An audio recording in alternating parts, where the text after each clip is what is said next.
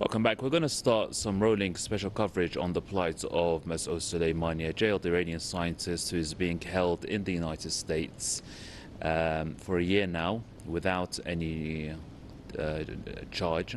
And his family complains that he is being deprived of very urgent, very much needed medical care. But Jason, Unruhe, let's say for argument's sake that the Professor Soleimani has been incarcerated for bypassing US sanctions on Iran. An Iranian official says more than 20 other Iranians are incarcerated in the United States for similar reasons. The report suggests that the actual figure is more than 50.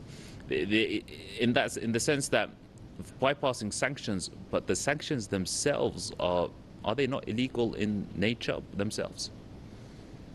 Well, the sanctions themselves have not been approved by any international regulatory body that would normally oversee these things. What we have is a very interesting situation where someone is being illegally held for doing something that was not illegal under rules that do not apply to them, that are illegal to begin with.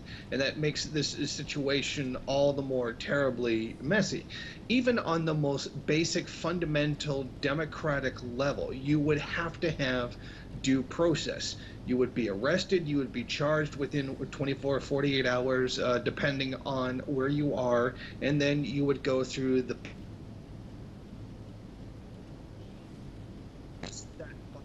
national law. People and countries are obligated to follow is being extended to this man, and I assume many of the others that are being held as well.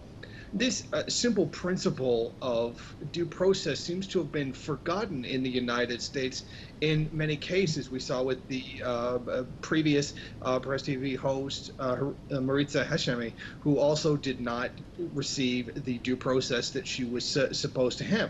We see many extrajudicial killings in the United States as well. It seems that the country that claims to be the epicenter of rights and freedoms and democracy seem to completely forget all of those principles on a daily basis whenever it comes to dealing with the criminal justice system. Now, you don't hold somebody in detention for, essentially a year without charging them without a reason, and that reason may be that they don't have anything to charge him with, and that would seem the most likely explanation in this case. If somebody has committed a crime or is suspected to have been committed a crime, you have a just cause to believe they had, they would be arrested on the spot and charged within the regular amount of time that is allotted to do so.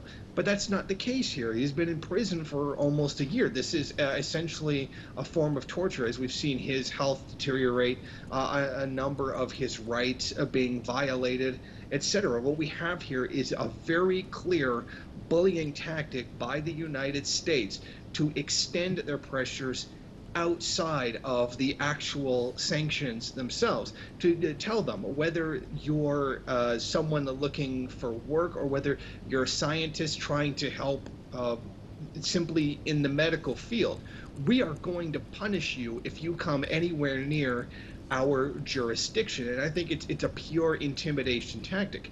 And the fact that something like this is being so blatantly used on someone who is a medical professional, someone who took a Hippocratic oath to do no harm and to only help people, and who has dedicated his career to doing so. Stem cell research is one of the fields in which there is great potential to reverse harm that plagues just about anybody in the entire world. There's seemingly unlimited what stem cell research could do in helping disease, deformity, and any other kind of illness that somebody could face.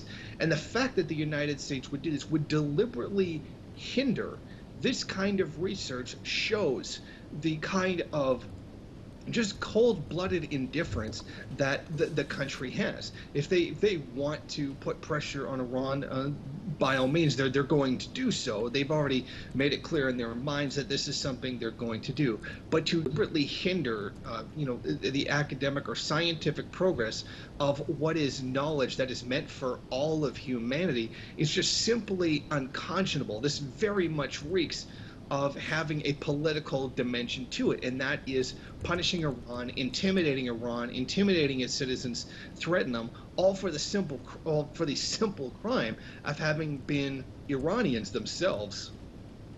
And Jason, there's been a real lack of media attention in the United States towards the plight of Iranians that are being held behind bars in America. Why do you think that is? Well, I think as we've both of us have stated thus far, it's clearly a bullying tactic. I think this is a deliberate effort on part of the United States. It may not be official written policy, but it's certainly there in substance to simply intimidate not just Iran itself, but its people as well. And we can see that from some of the sanctions that have been put against the country as well, ones that affect regular everyday people and their ability to buy necessities that they need on a daily basis. This is very much a deliberate attempt to hurt the people of Iran specifically, not even just to go after the leadership or maybe even the economic elite, but to hurt the everyday regular person, to try to sow discord within the country, to cause unrest, to possibly along the lines of a regime change kind of policy. But this is a deliberate attempt to scare Iranians from any kind of cooperation, even if it's perfectly legal, perfectly morally sound work as medicine, trying to help people deal with things like Alzheimer's, etc. And it's just simply unconscionable. This shows that the U.S. is really not out for any kind of rule of law or trying to undermine any kind of supposed nuclear program, etc. But this is just a massive operation against Iran itself. It has nothing to do with trying to promote global peace or to maintain order and political and economic stability. Far from it. This is just a straight up intimidation tactic that's being used against the country. And we see this being carried out almost on a daily basis.